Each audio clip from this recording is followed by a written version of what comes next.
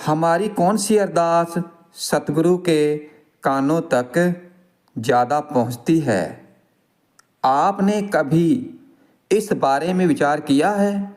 क्योंकि सतगुरु तो जानी जान होते हैं और उन्हें हमारे बारे में सब कुछ पता है।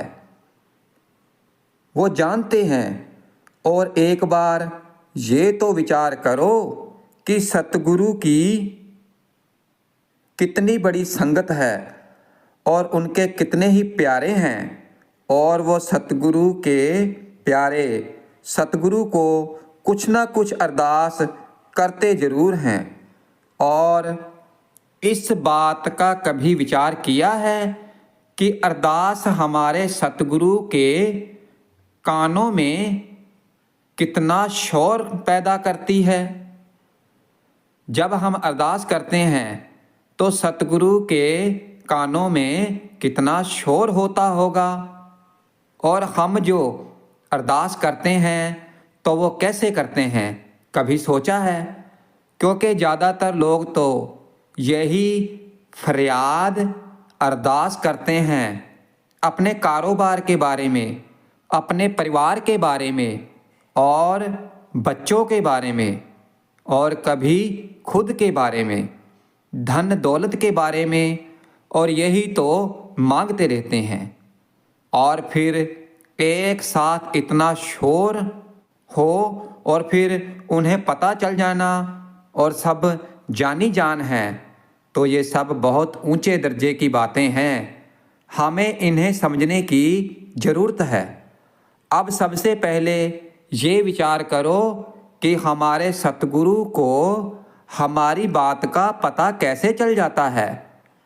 तो कहा जाता है कि जो सतगुरु ने हमें नाम दिया है और ये नाम ही जरिया है उन तक अपनी अरदास पहुंचाने का, और इस नाम के द्वारा ही उन्हें पता चल जाता है कि मेरा प्यारा किस संकट में है और क्या चाहता है। अब जैसे हमारे हाथों आज के युग में मोबाइल है और मोबाइल कितना सक्रिय रहता है क्योंकि टावर के साथ, नेटवर्क के साथ जुड़ा रहता है, और उस मोबाइल पर हम सारा दिन बातचीत करते रहते हैं। जैसे हमारा कोई रिश्तेदार कहीं दूर है तो हम उससे बातचीत कर लेते हैं। तो इसी तरह हमारे सतगुरु अगर 7 समुंदर पार भी बैठे हों तो फिर भी वो हमारी बात सुन लेते हैं, क्योंकि ये नाम तो जब से ये सृष्टि बनी है तभी से है। सच तो यह है कि इस नाम के सहारे ही ये सृष्टि टिकी हुई है, और यही जरिया है जिससे हमारे सतगुरु हमारे दिल की बात जान लेते हैं कि मेरा प्यारा इस समय किस संकट में है, उसे किस चीज़ की ज़रूरत है। तो भाई एक बात ये भी समझने वाली है कि सतगुरु के इतने सारे प्यारे हैं और इतनी ज़्यादा संगत है, तो क्या सतगुरु सबकी बात जान लेते होंगे? क्योंकि जान तो वो सभी की बात लेते हैं क्योंकि वो जानी जान है, लेकिन वो किन लोगों की मदद करते हैं, तो ये भी सोचने वाली बात है। अब जिन लोगों को सतगुरु ने नामदान दिया, यानी जिनको नामदान मिल गया है और फिर नामदान मिलने के बाद कभी सतगुरु को याद ही नहीं किया, कभी सिमरन भजन ही नहीं किया, और यही सोच के बैठे रहे कि हमें नामदान मिल गया है और हमारे सतगुरु हमें सभी जंजालों से मुक्ति दिला देंगे, हमें बार बार इस 84 के जेल खाने में नहीं आना पड़ेगा, और अंत वेले हमें काल नहीं दयाल लेने आएंगे। तो भाई हम उन लोगों से कहना चाहते हैं कि ज़रा सोचो, क्योंकि ऐसा नहीं हो सकता है। क्योंकि जो लोग सिमरन भजन करते हैं, जो नाम की कमाई करते हैं, जो अपनी लिव की तारों को सतगुरु के साथ जोड़कर रखते हैं, तो उन्हीं की आवाज़ सतगुरु के कानों तक पहुंचती है। केवल उन्हीं की आवाज़, सभी की नहीं पहुंचती। अब कौन से बच्चे लायक हैं और कौन से बच्चे नालायक हैं, किनकी आवाज़ सतगुरु के कानों तक पहुंचती है, तो इसको एक कथा के द्वारा समझने की कोशिश करते हैं। एक समय की बात है कि एक संत महात्मा तीर्थ यात्रा करके वापस लौट रहे थे और आते आते उन्हें शाम हो गई। फिर उन्होंने एक गांव देखा तो सोचा रात यहीं पर ठहर जाता हूँ। फिर उस संत ने किसी बुजुर्ग से पूछा कि कोई गांव में ऐसा है जो मालिक का प्यारा हो। फिर उस बुजुर्ग ने एक साहूकार का नाम बता दिया। तो फिर उस संत ने उस साहूकार के बारे में और कुछ जानना चाहा। उन्होंने पूछा कि उनके कितने बच्चे हैं, तो फिर उन्होंने कहा कि उनके 3 बेटे हैं। फिर संत ने पूछा कि उसके पास कितनी धन दौलत होगी। फिर उस बुजुर्ग ने जवाब दिया कि उनके पास कुल मिलाकर 2.5-3 लाख तक संपत्ति होगी। और फिर उसके बाद वो संत साहूकार के पास पहुंच गए और फिर साहूकार से बोले कि मैं इधर से गुजर रहा था, तो फिर शाम हो गई तो सोचा कि आपके पास रात गुजार लेता हूँ। फिर साहूकार ने बड़े ही प्रेम प्यार से उनका स्वागत किया और अपने घर के अंदर ले आए। फिर भोजन की तैयारी हुई और फिर उनके आगे भोजन परोसा। तो फिर संत ने साहूकार से पूछा कि भाई तुम्हारे कितने बच्चे हैं। फिर साहूकार ने बड़ी ही निम्रता से जवाब दिया कि महाराज मेरा एक बेटा है। ये सुनकर संत को बड़ा ही अजीब लगा। तो संत ने उस साहूकार से फिर दोबारा प्रश्न किया कि तुम्हारे पास संपत्ति कितनी है। फिर साहूकार हाथ जोड़कर बड़ी ही निम्रता के साथ कहने लगा कि महाराज मेरे पास करीब 25 से 30 हजार रुपये बस केवल यही हैं। और फिर ये सुनकर संत भटक गए और गुस्से में कहने लगे कि भाई तुम झूठ क्यों बोल रहे हो? क्या मैं तेरी संपत्ति बांटने आया हूँ? क्योंकि मैंने सुना है कि तेरे 3 बेटे हैं और तेरे पास 2.5 से 3 लाख तक संपत्ति है, और तू कह रहा है कि मेरे पास 25 से 30 हजार संपत्ति है। फिर साहूकार ने संत का गुस्सा शांत किया और हाथ जोड़कर कहने लगे कि महाराज बैठो और मेरी पूरी बात तो सुन लो। आपने बिल्कुल सही कहा कि मेरे 3 बेटे हैं, लेकिन इन 3 बेटों में से 2 बेटे तो मेरे कहने में नहीं हैं। वो तो मेरी बात ही नहीं सुनते, वो तो अपनी मन मर्जी की करते हैं। वो मुझे अपना पिता समझते ही नहीं हैं। मैं उनसे कुछ भी कहूँ तो वो मुझे पलटकर उसका उल्टा जवाब देते हैं। मैं उन्हें सही रास्ता दिखाता हूँ, लेकिन वो जानबूझकर गलत रास्ते पर चलते हैं। तो फिर ऐसे बच्चों का मुझे क्या फ़ायदा? क्योंकि मेरा तो एक बेटा है जो मेरे कहने में है, तो मेरा तो केवल एक ही बच्चा हुआ ना। इसी तरह ठीक है मेरे पास 2.5-3 लाख की संपत्ति है, लेकिन महाराज ये तो यही लोग आपस में बांट लेंगे, और मैंने तो अभी तक साध संगत की सेवा में 25 से 30 हजार खर्च किए हैं, और जो मेरे लेखे में लिखे गए हैं। क्योंकि जब इंसान की मृत्यु आती है तो उस समय केवल इंसान का दान पुण्य ही देखा जाता है, क्योंकि परमार्थ में दान का बड़ा ही महत्व है। तो इस तरह से उस साहूकार ने सारी बातें संत को बताई। तो हम आपसे कहना चाहते हैं कि सतगुरु की इतनी ज़्यादा संगत है और उनके इतने सारे बच्चे हैं और उनकी इतनी सारी अरदासें हैं, फरियादें हैं, इतनी सारी पुकारें हैं, तो फिर वो सबसे पहले किसकी पुकार अरदास सुनेंगे? तो उन्हीं बच्चों की अरदास सबसे पहले सुनेंगे जो उनके हुक्म में हैं, उनके भाणे में हैं। अब देखो कि जिस व्यक्ति ने नामदान लेकर छोड़ दिया है और कभी सिमरन भजन किया ही नहीं, कभी सतगुरु को याद ही नहीं किया, और वो फिर भी उम्मीद रखकर बैठा हो कि अगर उस पर कोई आपदा आ जाए, कोई मुसीबत आ जाए, और जब मृत्यु का अंत समय आ जाए और वह सिमरन भजन करने लग जाए, क्योंकि सबसे पहली बात तो ये है कि उस समय सिमरन भजन किया ही नहीं जाएगा। क्योंकि जो लोग सारी जिंदगी सिमरन भजन करते हैं, गुरु नाम से जुड़े रहते हैं, तो अंत वेले भी केवल उन्हीं के हृदय में सिमरन भजन चलता है।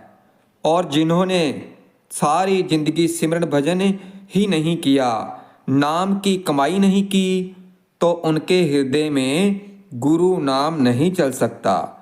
क्योंकि सच में सतगुरु जानी जान है, वो सब कुछ जान लेते हैं। तो भाई केवल यही एक जरिया है हमारी बात सतगुरु के कानों तक पहुंचाने का। और हमारी बात उन तक पहुंच भी जाती है, लेकिन केवल उन्हीं लोगों की बात सतगुरु के कानों तक पहुंचती है जो लोग सिमरन भजन करते हैं, नाम की कमाई करते हैं, सतगुरु के दिखाए गए रास्ते पर चलते हैं। अब आप खुद ही विचार करके देखो, दुनियावी तौर पर कि सतगुरु के सामने यदि संगत को खड़ा कर दिया जाए तो लोग संगत से किस तरह के प्रश्न करते हैं। अब कोई बुजुर्ग है और वो कहता है कि सतगुरु जी, मुझसे सब कुछ हो जाता है लेकिन मुझसे नाम की कमाई नहीं होती। इसका मतलब है कि उसको नामदान मिले हुए काफ़ी अरसा हो गया है, लेकिन अब नाम की कमाई नहीं कर पाता, क्योंकि वो पहले भी नहीं करता था, इसलिए अब भी नहीं कर पाता। क्योंकि अगर पहले करता रहता तो अब भी कर लेता। इसी तरह कोई बुजुर्ग महिला है तो वो भी यही कहती है कि बाकी तो सब कुछ ठीक है, लेकिन मैं सिमरन भजन में नहीं बैठ पाती हूँ, मुझसे चलते फिरते नाम नहीं जपा जाता, बैठती हूँ तो चक्कर आने लगते हैं। तो इन सब का तात्पर्य यह है कि उन्होंने शुरू से ही नाम की कमाई सही ढंग से नहीं की है। और ये तो हो गई बुजुर्गों की बात। और अब युवाओं की बात सुन लो, वो भी सतगुरु से इस तरह के प्रश्न करते हैं कि हमें कोई ऐसा रास्ता बता दीजिए, क्योंकि बाकी तो सब ठीक है, मैं सब कुछ कर लेता हूँ, गुरु घर की सेवा भी कर लेता हूँ, फिर चाहे जैसी भी सेवा मुझे मिले मैं कर लेता हूँ, लेकिन मुझसे ये सेवा नहीं की जाती। तो इसी तरह की अरदास हम अपने सतगुरु के कानों तक ज़्यादा से ज़्यादा पहुँचाते हैं कि हम सब कुछ कर लेते हैं लेकिन हम सिमरन भजन नहीं कर पाते, नाम की कमाई नहीं कर पाते। अब आप जरा सोचो कि जो असल काम है, जो जरिया है, जिसकी वजह से हम सतगुरु से जुड़े हुए हैं और हमें सतगुरु ने अपनाया है, क्योंकि भाई लाखों करोड़ों खरबों में जनसंख्या है, उन सभी में से सतगुरु ने हमें चुना है और अपनाया है, क्योंकि सतगुरु चाहते हैं कि हम यहाँ से मुक्ति प्राप्त कर लें, इस 84 के जेल खाने से हमेशा हमेशा के लिए मुक्त हो जाएं और हम जब तक यहाँ रहें खुश रहें। क्योंकि ये तो सभी जानते हैं कि हम अकेले ही आए थे और अकेले ही जाएंगे, और जितने भी हमारे रिश्ते नाते हैं वो तो केवल गर्जों के रिश्ते नाते हैं। जैसे जैसे गर्ज पूरी हो जाती है तो वो हमें छोड़ देते हैं और हम भी उन्हें छोड़कर चले जाते हैं। और अगर हमारी कोई संभाल करता है, हमारी कोई अगर रक्षा करता है, अंत समय अगर हमारी कोई सहायता करता है, तो केवल वो परमात्मा करता है, वो ईश्वर करता है, वक्त का पूरा सतगुरु करता है। उनके द्वारा दिया गया वो सच्चा नाम करता है। और हमारी जो पुकार है, हमारी जो अरदास है, तो वो हमारे सतगुरु के कानों तक यही पहुंचती है कि हम सिमरन भजन नहीं कर पाते, हमसे नहीं होता। और फिर चाहे वो जुआ है, और फिर चाहे बुजुर्ग, और फिर चाहे कोई बीमार, इन सभी का यही कहना है कि हमसे सिमरन भजन नहीं हो पाता है। कई तो ऐसे भी हैं जो सतगुरु से कहते हैं कि सतगुरु महाराज कोई ऐसा शॉर्टकट रास्ता है जिससे कि हमें ये भजन बंदगी ना करनी पड़े और हमारा काम बन जाए। तो भाइयों और बहनों, कोई और शॉर्टकट रास्ता नहीं है। अगर सतगुरु के कानों तक अपनी अरदास सही ढंग से पहुंचाना चाहते हो तो पहले सिमरन भजन करो, नाम की कमाई करो, सच्ची श्रद्धा से, सच्ची आस्था के साथ, सच्चे विश्वास के साथ अपने सतगुरु से जुड़े रहो और सतगुरु प्रति अपना प्रेम प्यार बढ़ाओ। सतगुरु को हमेशा याद रखो, उन्हें एक पल के लिए भी बिसारो ना। सतगुरु के कानों में जो हमारी अरदास, जो अब हम चिल्ला रहे हैं कि हमारे बच्चे बड़े हो गए हैं, उनको नौकरी मिल जाए, उनकी शादी अच्छी हो जाए, घर में खुशहाली रहे, गाड़ी मिल जाए, बंगला मिल जाए, और सिमरन भजन नाम की कमाई होती नहीं है, और कोई शॉर्टकट सा तरीका बता दो, इस भजन बंदगी के अलावा कुछ और कर लें। तो भाई इस तरह की पुकारें, हम अरदासें हम बहुत कर चुके, इनसे कुछ भी नहीं बनने वाला है। क्योंकि सतगुरु को कानों में तो ये अरदासें पहुंचनी चाहिए जिसको सुनकर सतगुरु खुश हो जाएं, हम पर मेहरबान हो जाएं। अरदास है कि हे सतगुरु, हमें अपने दर्शन दो, हम आपके सूक्ष्म स्वरूप को देखना चाहते हैं। दाता, बहुत समय से सिमरन भजन कर रहा हूँ, हम पर कृपा करो, हमें अपने दर्शन दे दो। तो ऐसी फरियाद करो, तब कोई बात बने। सतगुरु से कहो कि हे दाता, कई बार मैं ध्यान में बैठा हूँ, प्रकाश को तो देखा है और प्रकाश के साथ भी चलता रहा, लेकिन शब्द धुन नहीं सुनाई पड़ी। सतगुरु, वहाँ पर पहुँचते ही ध्यान भंग हो जाता है। तो हे सतगुरु, हे दाता, मेरे पर कृपा करो और मेरी उंगली पकड़कर मुझे और आगे ले चलो। तो ऐसी अरदासें, ऐसी पुकारें करनी चाहिए, ऐसी अरदास करनी चाहिए सतगुरु के आगे, जिससे हमारा स्वार्थ भी संवर जाए और हमारा परमार्थ भी संवर जाए।